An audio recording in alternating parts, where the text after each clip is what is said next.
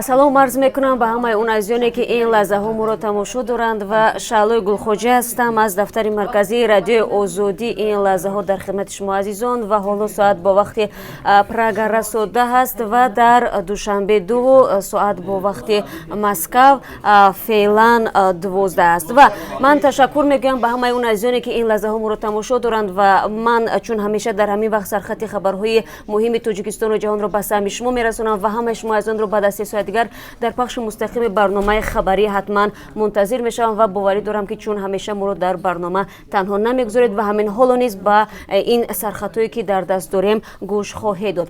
таҷаммӯъ дар назди бинои ҳукумат. як гурӯҳ ҷавонони шаҳри Хоруғ дар назди бинои ҳукумати шаҳр даст ба тазоҳурот заданд.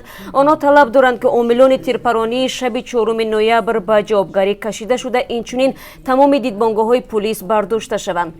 تعداد ساکنانی که در نزد بینای حکومت شهر جمع آمدند بیشتر از 100 نفر گفته می شود و با گفته منبع رادیو آزادی بعد این در نزد رئیس ولایت مجلس فوری برگزار شده و در آنجا رهبران ساختارهای محلی نیز شرکت داشتند تا طلب اعتراضگران بررسی گردد و همچنین همین لحظه ها رهبر ولایت مختار کوهستان بدخشان به نزد اعتراضگران حاضر شد و به حرفی آنها گوش داد و شما در برنامه خبری تفصیلات این خبر رو میتوانید بعداً با پیشنهاد عکس و نوار تماشا کنید. ضمناً مقامات ولایت بدخشان تا هنوز رسما قضیه رو شرح ندادند. یادرس میشم که با گفته ساکنان شهر خوروغ در نتیجه تیرکشی اصلی تروماتیکی 3 نفر جوانان زخم برداشتند. مقامات قدرتی تاجیکستان شب گذشته با پخش یک گزارش گفتند این حادثه در پی حمله یک گروه 5 نفری در محله تیرچید خوروغ با автомашинаи خدمتی رهبر پوزگاه بده صورت گرفته است.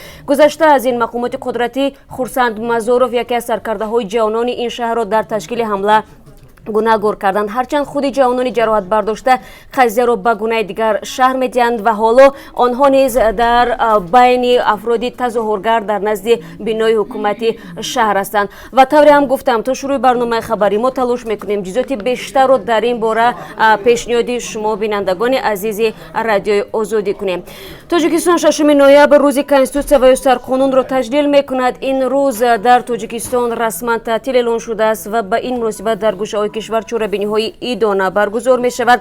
رئیس جمهوری تاجیکستان امالی رحمان روز 6 نوامبر در پیام خود به این مناسبت که از طریق رسانه‌های رسمی به نشر رسید 24مین سالگرد قبول قانون اساسی را به مردم تاجیکستان تبریک گفت و از جمله در این پیام خود کنستیتوسیا را همچون دستاورد بزرگ مردم تاجیکستان نام برد که زمینه‌های حقوقی اعماری دولت دموکراتی و حقوق‌بنیاد و دنیوی تاجیکان را فراهم آورده است.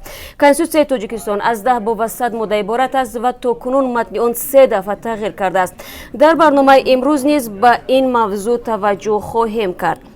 боси тоҷик дар Донецк. мақомоти тоҷик мегӯянд ки давлати Украина Муродали Ҳалимов яке аз хатарноктарин тоҷики узви гурӯҳи тундрави Диишро ки 2 соли пеш бо дархости Интерпол боздошт карда буд раҳо кардааст. ба гуфтаи мақомот хабарҳое рӯи даст аст ки феълан ин мард дар ҳудуди ҷумҳурии худхондаи Донецк қарор дорад. бештар аз 1000 шаҳрванди Тоҷикистон сар аз соли 2013 барои ширкат дар ҷангҳои Сурия ва Ироқ ба созмони тундрави Дииш пайвастанд.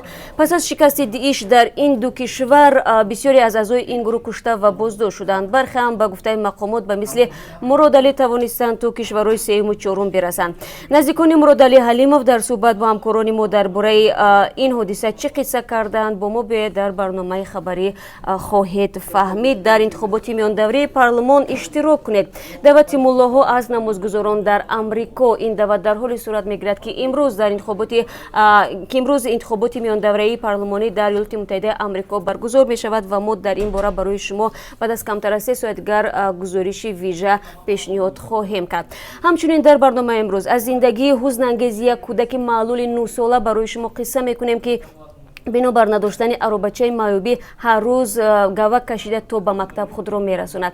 намоиши ин манзара тариқи радиои озодӣ боиси он шуд ки афроди хайрхоҳ барои кӯмак ба ин кӯдак ва хонаводаи камбизоати ӯ даст ба кор шуданд ва ман ба шумо пешниҳод мекунам ки ин гузоришро ҳамроҳ бо мо дар пахши мустақими барномаи хабарӣ тамошо кунед ва ҳамчунин хабарҳои дигар ва гузоришҳои дигаре ки то ин дам ҳамкорони мо барои шумо таҳия карданд дар барномаи хабарӣ бубинед. фаромӯш накунед озодӣ видео канали канали радиои озодӣ дар ютуб аст ки ин барномаро пешниҳоди шумо мекунад ва ҳамин гуна дар www.ozodi.org метавонед моро бубинед ва ҳамин гуна дар саҳифаҳои радиои озодӣ дар шабакаҳои иҷтимоӣ низ хабару гузоришҳои моро ҷустуҷӯ кунед ва ман шуморо ба дасти содгар дар пахши мустақим мунтазир мешавам.